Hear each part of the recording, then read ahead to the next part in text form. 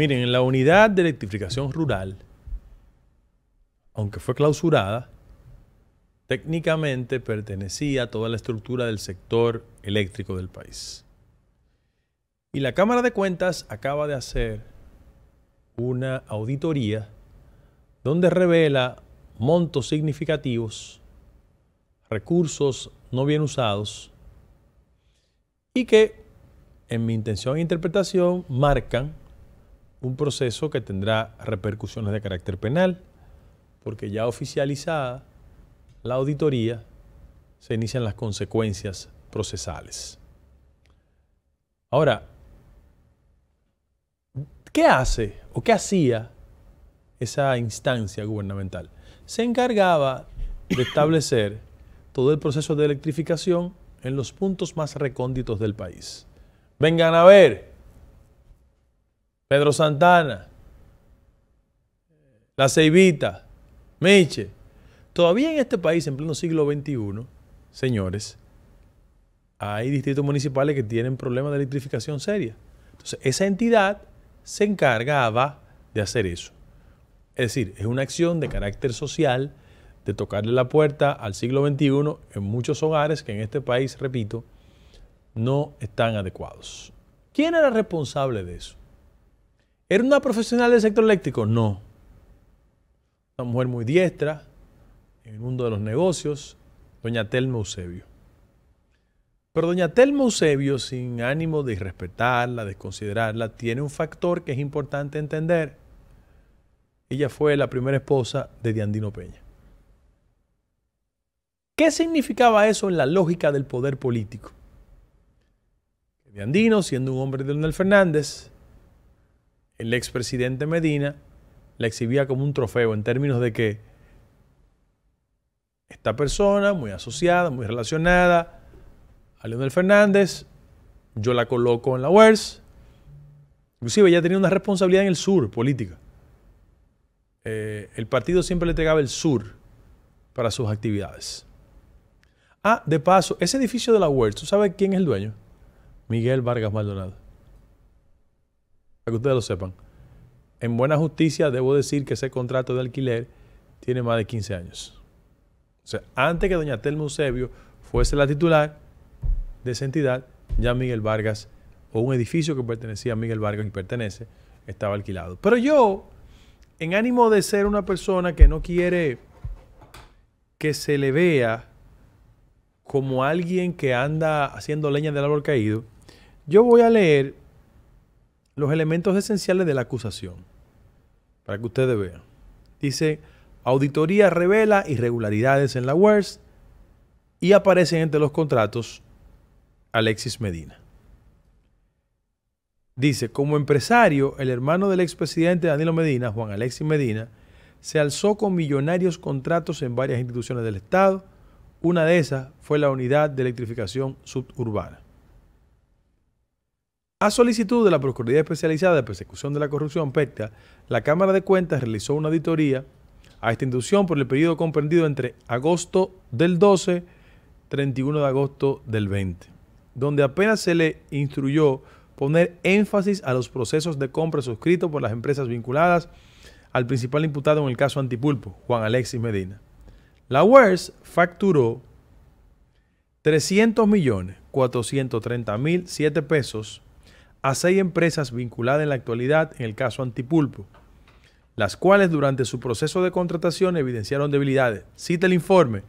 Empresas fueron Omalto Supply, Siun Suplidores, Institucionales, Méndez, General Supply Corporation, United Supply Corporation, Contrata Solution Service, Globus Eléctrica.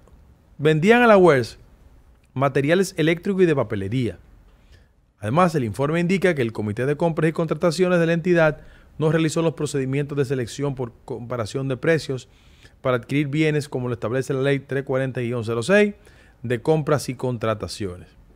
Cita el caso del pago de 30.572.924 pesos por concepto de propaganda a un solo proveedor, Editorial Alianna CRN, sin haber agotado el procedimiento de selección conforme a la ley. Destaca como otra irregularidad que la UERS desembolsaba dinero producto de las adjudicaciones de empresas, entre las que destaca las vinculadas a Medina, sin tener un contrato que sustentara la actividad comercial. En su turno de réplica, la exdirectora de la UERS, Telma Eusebio, explicó a los auditores que la entidad le daba aval de contrato a las órdenes de compra. Oigan esto. Otro de los aspectos a destacar en la investigación fue la sobrevaloración de precios de la adquisición. El informe refiere una suma ascendente a 1.490 millones de pesos en sobrevaloración de los bienes adquiridos de la UERS a sus proveedores General Supply Corporation, propiedad del imputado en el caso Antipulpo. En la comparación realizada con los precios contenidos en las facturas pagadas por la UERS a General Supply Corporation en el año 2016 y los precios suministrados en la cotización de proveedores tecnológica eléctrica TELSA, verificamos sobrevaloración en artículos materiales eléctricos adquiridos por un valor de 1.490.000. Según la comparación del equipo de auditores de la UERS, le compró Medina un cable de viento 516 a 30 pesos cuando en el mercado cuesta 9 pesos, es decir, 3 veces su valor. Un informe extensísimo que habla de inobservancias, habla de compensación de horas extras, y es un informe extensísimo. Yo quiero decir que todo el mundo sabe cuáles serán las consecuencias de eso, ¿no? La UERS, igual que el sistema eléctrico de República Dominicana, se convirtió en un botín donde lamentablemente la sociedad perdió mucho dinero. Yo tuve la oportunidad de participar en algunos procesos que se dieron en EDESTE, donde los familiares del expresidente Medina tenían una influencia abismal. La gente iba, presentaba las propuestas, todo eso, ¿y qué va? Ellos llegaban, hacían los procesos a su antojo, ganaban de forma extraña, y cuando tú te atrevías a reclamar esos procesos, entonces hasta te amenazaban. Y lo digo por experiencia propia. Yo llevé 3 procesos con unos amigos y al final les dije, mira, abandonen eso mejor. Porque ya llegamos a un punto tal donde las amenazas comenzaron a surgir. El tema de ¿Cuál era la lógica de las amenazas? Mira, no te meten en eso, no licites, no contrates, no compitas. Nosotros estábamos acá arriba y te caían arriba. Compañías, por ejemplo, que licitaban, de repente le llegaba la DGI. Yo digo que el tema de Alexis Medina va a afectar y va a enlodar a mucha gente a propósito de un político dominicano. Porque los funcionarios, yo no sé si por miedo, yo no sé por qué razón, por sociedad, de alguna forma, permitían que Alexis hiciera lo que le diera su gana en cualquier institución. Y la UERS, que yo creo que cuando la Cámara de Cuentas entre bien, porque eso solo son algunos detalles por arribita que ellos entraron. Cuando ellos entren bien... Tigre, pero hay temas de 1.400 millones de pesos. Cuando entren va a haber más dinero. No, el sector eléctrico es el sector donde más dinero se mueve. Y debo decir que a través de la UERS se hicieron muchas diabluras. Porque uno veía los procesos que se seguían de proyectos, de cosas que de repente estaban en el tintero, que nunca se hacían, o que cuando se hacían, el presupuesto inicial era 100 millones y de repente terminaba en 500. Tú decías, ¿qué pasó? Porque no hemos visto una variación en los precios, no hemos visto que el mercado del sector eléctrico ha subido nada. Un verdadero negocio. Y lo que es peor, Guido, tú decías en la introducción algo que debe llamarnos a la atención. Y es que aquí los ministros o los directores generales en ocasiones son designados sin ningún tipo de competencia o conocimiento del área donde lo mandan. Doña Telma Eusebio puede tener toda la destreza del mundo, pero ella no sabía nada del sector eléctrico. El sector eléctrico es un sector complicado. Es muy técnico. Y muy técnico. Pero ¿qué ha sucedido? Todos los gobiernos han cometido el error de enviar personas no relacionadas con el sector a administrar el sector. Y por eso es que hemos visto los resultados que se han dado. Doña Telma, que era más política que técnica, era eminentemente política y nada técnica, ella sabe por qué la pusieron en esa posición. Y yo digo lo mismo que en ocasiones me refería al director de GEIT, al exdirector de GEIT, que ha salido también en unas auditorías por ahí. Y que también... Pero ese era ingeniero. Era ingeniero. Sin embargo, el despacho o las actuaciones que se dieron en esa institución tenían una relación directa con la otra hermana de Danilo. O sea, Alexis en la UERS. La que era diputada. La que era diputada en EGI. Entonces, eso va a salir tarde o temprano. Y yo digo, y soy de los que pienso, que un funcionario público le debe su posición simplemente al pueblo. Ni siquiera al presidente.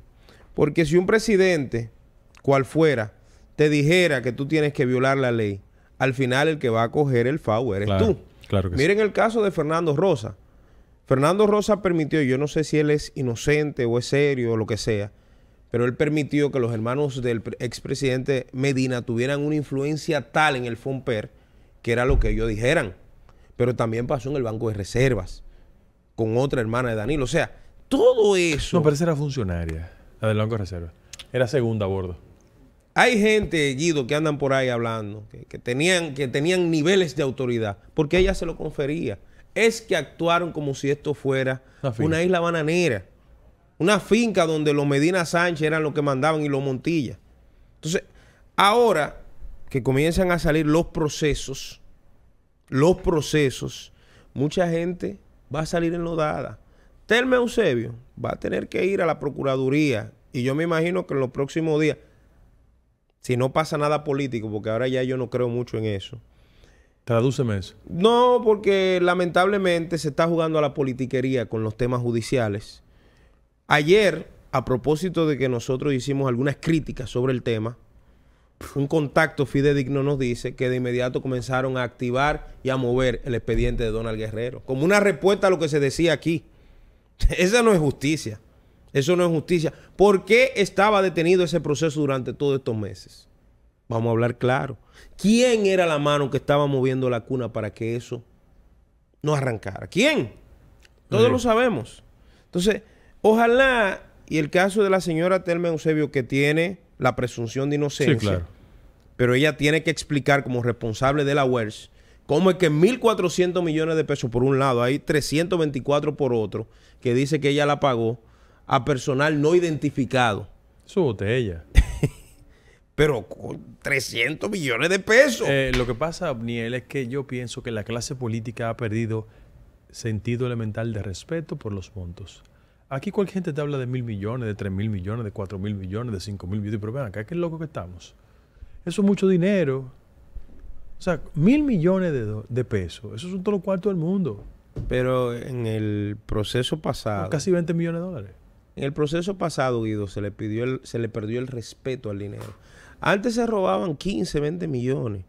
Ya no. Ya en la recién administración del señor Medina, el que no se robaba 5, 6 mil millones, 10 mil o 20 mil millones, no era nadie.